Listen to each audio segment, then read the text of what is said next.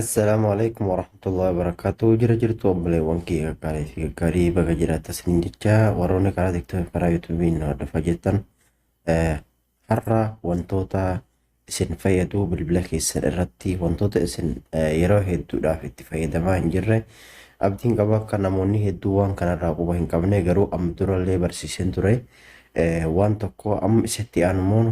isin barsiisuun barbaada akkatti aanu sun immoo hedduu bu'a qabeessa jechaadha bilbila keenyaa fi maaliif nu fayyada kan jetta yoo taatan wanni sun bilbilli keenya yeroo dhiiraaf bilbilli keessan namoonni hedduun bilbila keessan akka yeroo dhiiraadhaaf osoo hin cufatin keessan waan ta'eefu har'a waan saniif furmaata karaa salphaa bilbilli keessan sa'aatii fi akkasumas yeroo itti cufattan guyyaanis akka godhatamu isin garsiisaa nafaana tura. Jalqabatti karaa siitingii keessa seennaa erga karaa siitingii keessa seenneen booda karaa kanaan nu fidaa karaa kana arga nu fidee bakka baatirii jedhu kanarratti bakka kanarra dhufnaa jecha bakka kanarra waggaa dhufne bakka beetirii jedhu kanarratti asirratti mallattoo nuuf fiduu qabaa jecha mallattoo sanarratti waggaa nuuf fide ka gara gadii kanarratti asirratti cuqaasna jecha asa yeroo cuqaasne ka argitan kan wantoota kana sadan banaa gootanii dhiistanii jechaadha. Akkasumas wantoota kana sadan banaa gootanii dhiistanii akkasumas taasistanii kanallee banaa dhiistanii jecha akka wantoota kana afran dirqama isinirratti banaa gootanii dhiisuudhaan wantoonni kun akkasumas kunoo asitti akkuma argaa jirtan kana power save kee kanarratti immoo as karallee yoo cufaa jiraate isin biratti ni bantanii jecha wanti kun maal isin fayyadan hedduu bilbilli keessan ifaa bilbila keessanii akka yeroo dhiiraaf isinii turu isin gargaara jechaadha wantoota garaagaraa irraa. Kun amma hedduu bu'a qabeessa bilbilli keessan amma akkam tahan bilbilli yeroo isin fakkeenya bilbila keessan lafa keessanii yookaan ofirraa galakkistanii ciistanii reeba ciiftanitti bilbilli keessan yeroo yeroon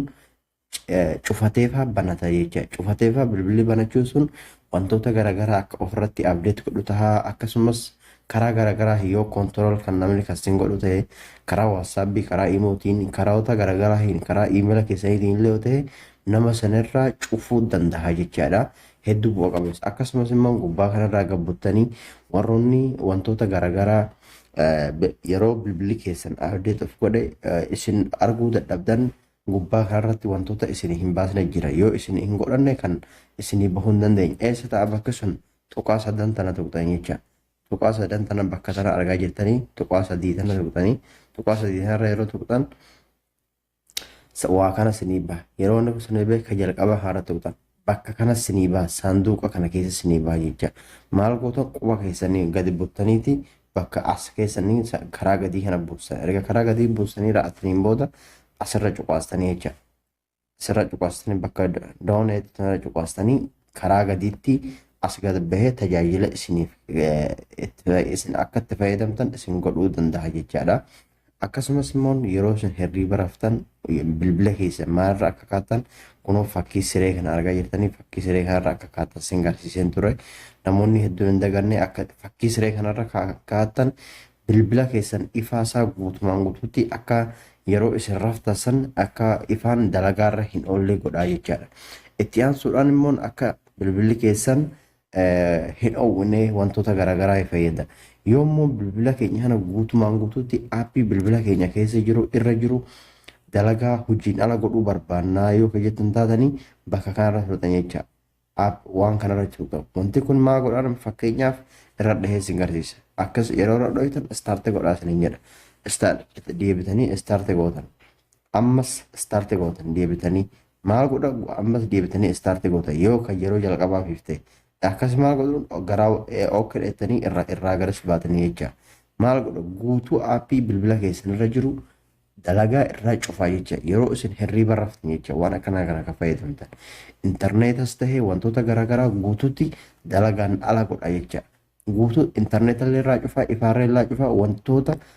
dirqama ta'an fakkeenyaaf wantoota akka bilbilaa wantoota akkasiiti banaa kaa'a jecha kan kanarraa hafe guutuu isaatti ni cufaa jecha amma fakkeenyaaf wantoonni lama barbaachisu tokko bilbila adii lammaffaa sa'atii yeroo hirriiba itti kaatan ka godhatan wantoota salamaan hin cufu kan kanarraa hafe guutuutti ni cufa akkas yeroo hirriibaa kaatan maal godhanii asuma bakkuma san dhuftaniiti akkuma san gubbaa cuqaastan jecha akkuma san gubbaa cuqaastanii kunoo keessaa gara baatan guutuutti akkuma duraa sanatti isinii deebisa jechaadha. Barnoonni kiyya har'aa kana fakkaataa laayik sheer sabiskiraayib gochuu narraa hin qusatina isiniin jedha.